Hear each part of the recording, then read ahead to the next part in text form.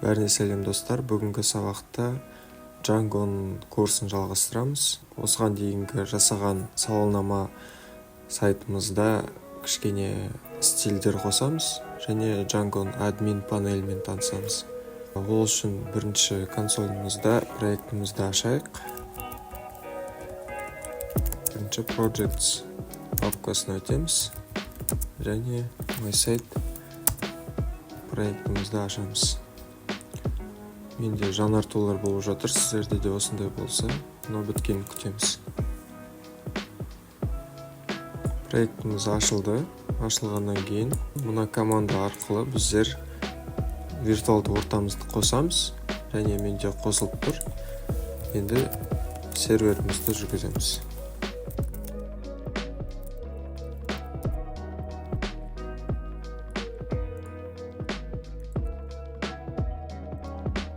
Серверіміз ашылғаннан кейін /false бөліміне өтеміз.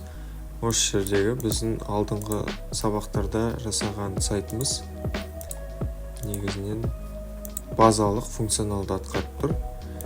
Енді мына сабақта біздер стиль қосатын боламыз.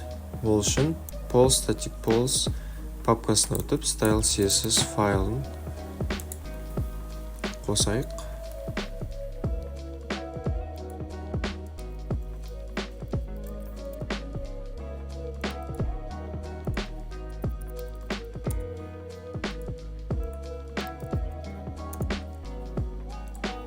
Және мына кодты алып қоямыз.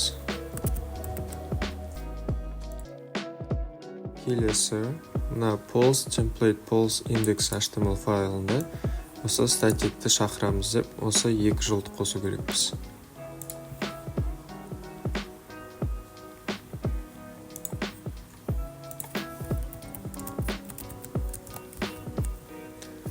Қостық.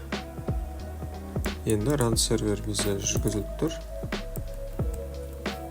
Немесе сөндіріп қайтып қосып көрейік. Енді қарап отырғанымызда біздің тексттеріміз жасыл түске өзгерді. Яғни біздер мына жерде түсімізді green деп жасыл түске өзгеріп жатырмыз.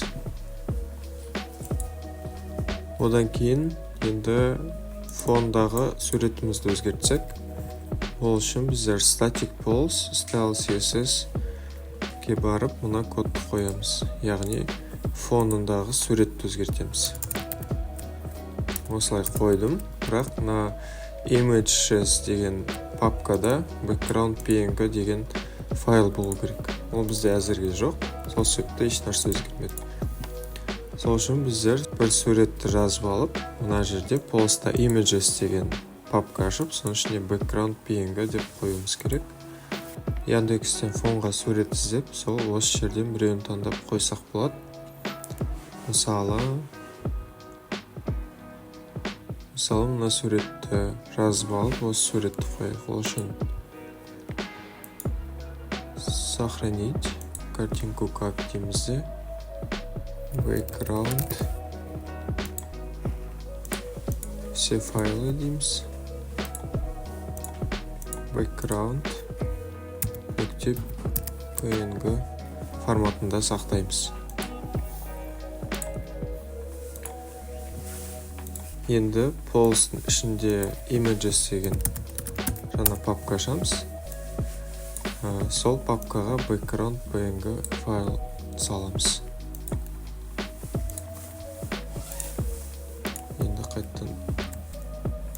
Алдымен серверімізді сөндіріп қайттан қосып көрейік.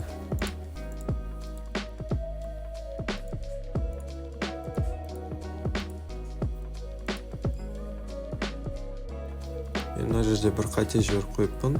Біздер static polls-тың ішіне салу керекпіз. Images-ді static polls-тың ішіне апарып қоям. Және серверімді қайтадан қосам.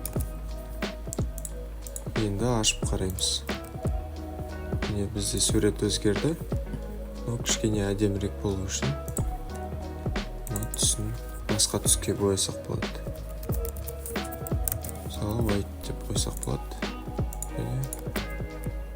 Нәтижесін көрейік.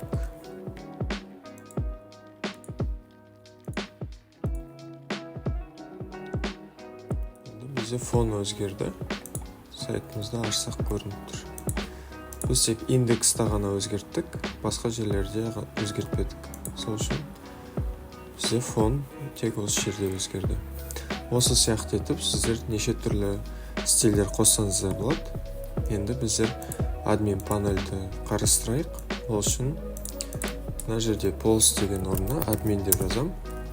Алдыңғы сабақтарда біздер супер қолданушыны қосқан болатынбыз. Бүгінгі сабақта осы админдегі сұрақтың қойылуын, сауалнаманың қойылуын және оған жауаптардың енгізілуін ыңғайлы етіп жасаймыз. Ол үшін мына жерде көріп тұрғаныңыздай сұрақ, оның уақытын осылай беріп жатырмыз.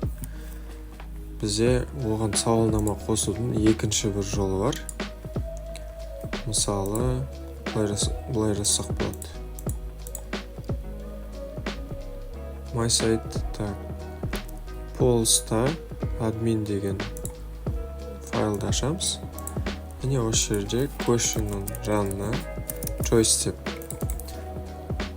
сауалнаманың, яғни бір нұсқасын шақырып аламыз да. Осы question сияқты choice'ті бөлек регистр деп регистрация жасаймыз. Және question мына жерде обновить еткен кезде бізде choices пайда болады. Бірақ оның бір ыңғайсыз жері бар. Мысалы, екінші жерде мен polls деген жерді ашып қойын. Мысалы, не жаңалық деген ішінде бізде жауап болмаған еді. Сол не жаңалық деген жерге жауап қосатын болсам,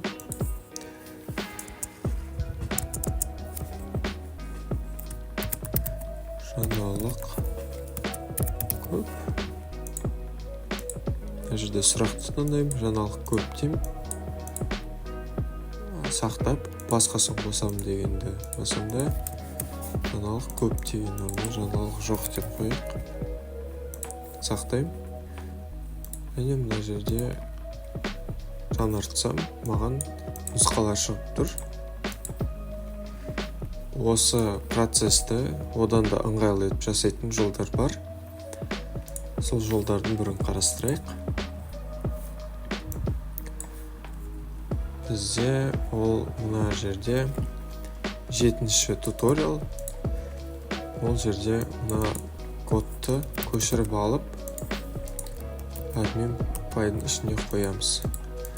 Біздер, яғни question деген моделімізге question админ деп аталатын админ панелінің бөлек логикасын жазатын боламыз. Ол, яғни админ модулінен модуль админ классынан мұрагерлікке алады, және fields деп қай жолдарды өзгертуге болады, сол жолдарды ғана бізге шығарып береді. Мысалы, add question десем, міне question text date published деп шығарды. Енді біздер field set деп өзгертіп алып, мына жерде одан да информативны, одан да түсінікті болатындай етіп жазсақ болады. Мысалы, fields'ның орнына field set қосамыз. Яғни question текстің аты солай қалады, ал мына жерде pub date'ның орнында біз date information деген текстті пайдаланамыз. Міне, бізде текстіміз өзгерді, кішкене түсініктірек болып келе жатыр. Енді біздер жауапты таңдау үшін мынау жаңағы мен көрсеткен нұсқа, негізі оны біз мынандай жолмен қоссақ болады. Барлығын көшіріп алып қоя салайық, солай тез.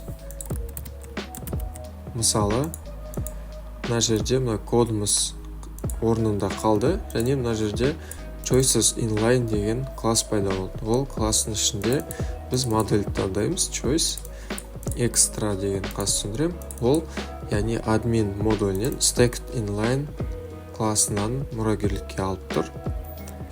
Және біздер оны мына жерде inlines деген бөлімде айнымалының ішінде массив ретінде шақырамыз.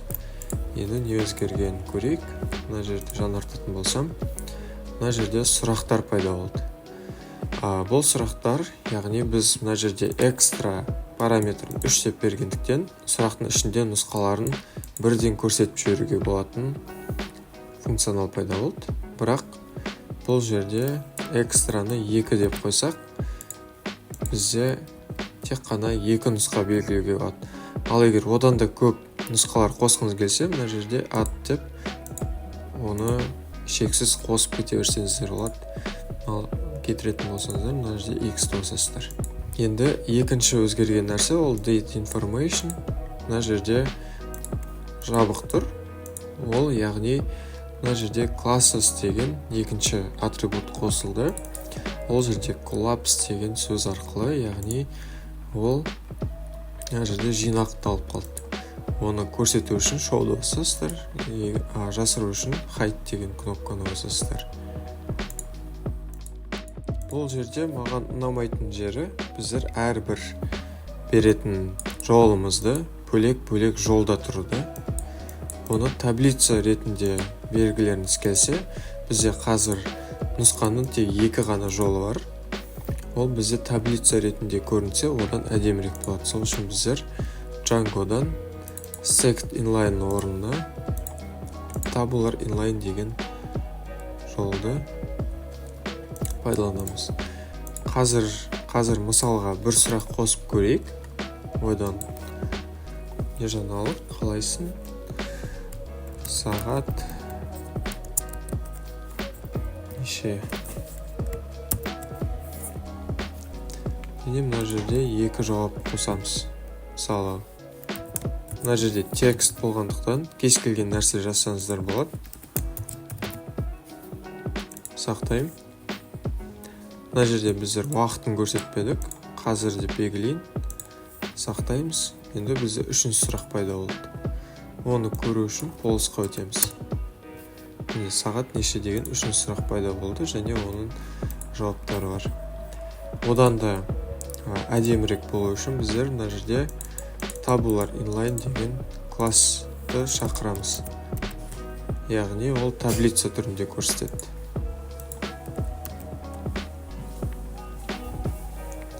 Мына жерде көріп тұрғанымыздай choices, яғни нұсқалар, және мына жерде оның тексті, және мына жерде қанша дауыс жинады. Негізі дауысты былай берген дұрыс емес деп ойлаймын.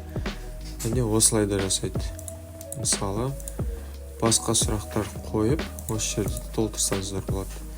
Мысалы, мен басқа сұрақ қойып көрейін. Django нешінші курсы бүгін деп қойық. Және текстте бірінші және екінші. Мына жерде add деп қоса берсеңіздер болады. Сақтаймын. Және мына жерде полысқа қайттан өтеміз. Жаңадан сұрақ пайда болды.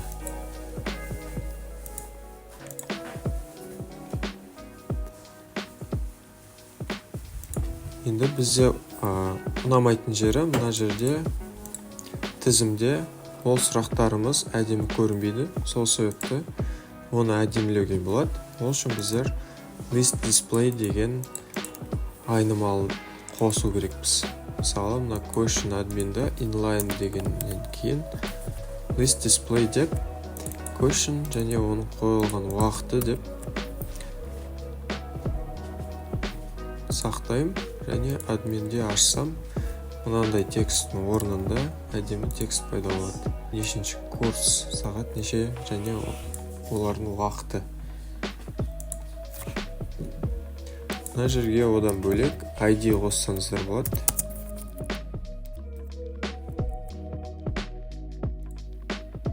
Және жаңартсам, олардың ID-лері де көрініп тұр. Келесі, ол жақын арада қойылған сұрақ па деген бізде мына жерде моделімізде жақын арада қойылған сұрақ па деген бір методымыз болған. соны шығарғымыз келсе былай жасаймыз.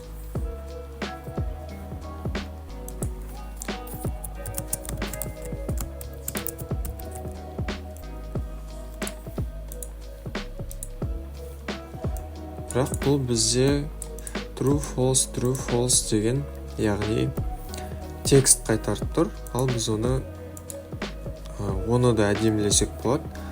Ол үшін біздер модельге барып, модельде админ модулін шақырып, сол жерде boolean деген типпен көрсетуді сұраймыз. Мысалы, modelsке барамыз.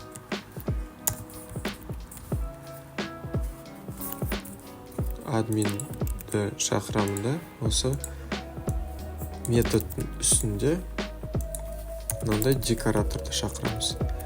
Декоратор деген ол, яғни функция немесе бір методтың осылай үстінен жазылып, ол методқа әсер ететін функция немесе методтарды айтамыз.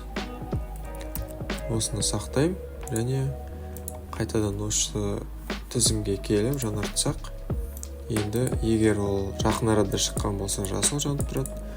Ал егер оны бұрын шығарған болсам, міне қызыл түспен белгіленіп тұр. Мынау бізде алдыңғы сабақта қойылған кодымыз, менде өзгермей қалған. Соны қайтадан қойып қойсақ болады. Енді біздерде оң жағында фильтр болған қаласақ, мына жерде list filter деген айнымалыны админ панельде қосамыз. Яғни біздер фильтрацияны осы update жолы бойынша жасағымыз келіп тұр. Енді осы жерді жаңартам. Оң жағында фильтр пайда болды. Бұл қойылған сұрақтың қойылған уақыты бойынша фильтр. Мысалы, today деген бүгінгі күн. Today'ді бассам, бүгін қойылған сұрақтарды шығарып береді. Немесе соңғы 7 күнде, немесе осы жылы десем, барлық сұрақтарды шығарып берді. Одан бөлек біздер search field деген болады. Біздер іздей алатын жолдарды осылай жазсақ болады. Search fields, question, text дейміз. Және жаңартам. Мына жерде іздеуге болады. Мысалы, мен сағат жасам, міне сағат неше деген сұрағымды тауып берді. Егер сіздерде сұрақтар бұл жерде өте көп болса, осылай іздесеңіздер болады. Және одан бөлек өте көп мынандай айнымалылар бар. Осы айнымалыларды өзгертіп, сіздер кастомизация жасасаңыздар болады. Django'ның ішіндегі мақалаларды оқып, осыларды қолдансаңыздар болады. Және одан бөлек сіздер осы жерде толықтай оқып, settings арқылы өздеріңіздің шаблондарыңызды қоссаңыздар болады. Мысалы, settings'та templates деген жерді көшіріп алып, settings файлына қойайық. Templates деген жерге қойайық, сақтаймыз. Templates деген жерге жолын көрсеттік. Енді келесі мына кодты жүргізейік консолімізді. Біздер Linux деген жерді таңдайсыздар, себебі біздер бұл Linux-тың ішін көрсетіп терминалға қоям. Және менде ол Django'ның қай жерде екенін көрсетіп тұр. Бізде мынандай жерде Django'мыз орнатылған. Енді осыдан кейін біздерде басқа да айнымалыларды енгізсек болады. Мысалы, list filter деген сияқты олардың тізімін model admin класынан көрсек болады. Мысалы, list editable деген нәрсе бар. Оны ашып қарайтын болсақ, осы тізім күйінде өзгертуге болатын нәрселер. Сақтайым. Және мына жерде жаңартсам, мынаны алып тастайық. Әрбір текстті біздер тізім ретінде жаңартып шықсақ болады. Мысалы, бір сұрақтан сейфті басам, ол осы күйінде қалады. Бірақ бізде мынандай өзгерістер тізіммен бірден өзгеретін болады. және одан бөлек тағы да басқа айнымалыларды қайттан жазып шықсаңыздар болады. Және бір айта кететін нәрсе, choice деген модель inlines деген ішінде көре алу үшін ол question деген модельге foreign key болу керек. Сұрақ деген модельден тура тәуелді болу керек. Ал егер екеуінің арасында байланыс болмаған жағдайда бұл код жасамайды. Егер осындай байланыс жасағыңыз келсе, біздің байланысатын моделіміздің ішінде осындай foreign key арқылы байланыс бар ма, соны тексерулеріңіз керек. Жалпы бүгін біздер админ панелімен таныстық, базалық баптаулар жасадық, және бұл баптаулар жаңа сауалнамалар толтыруға өте ыңғайлы. Каналға тіркеліп, лайк қойып, түсінбеген сұрақтарыңызды комментарийге жазып кетсеңіздер болады. Сабақты көргендеріңізге рахмет.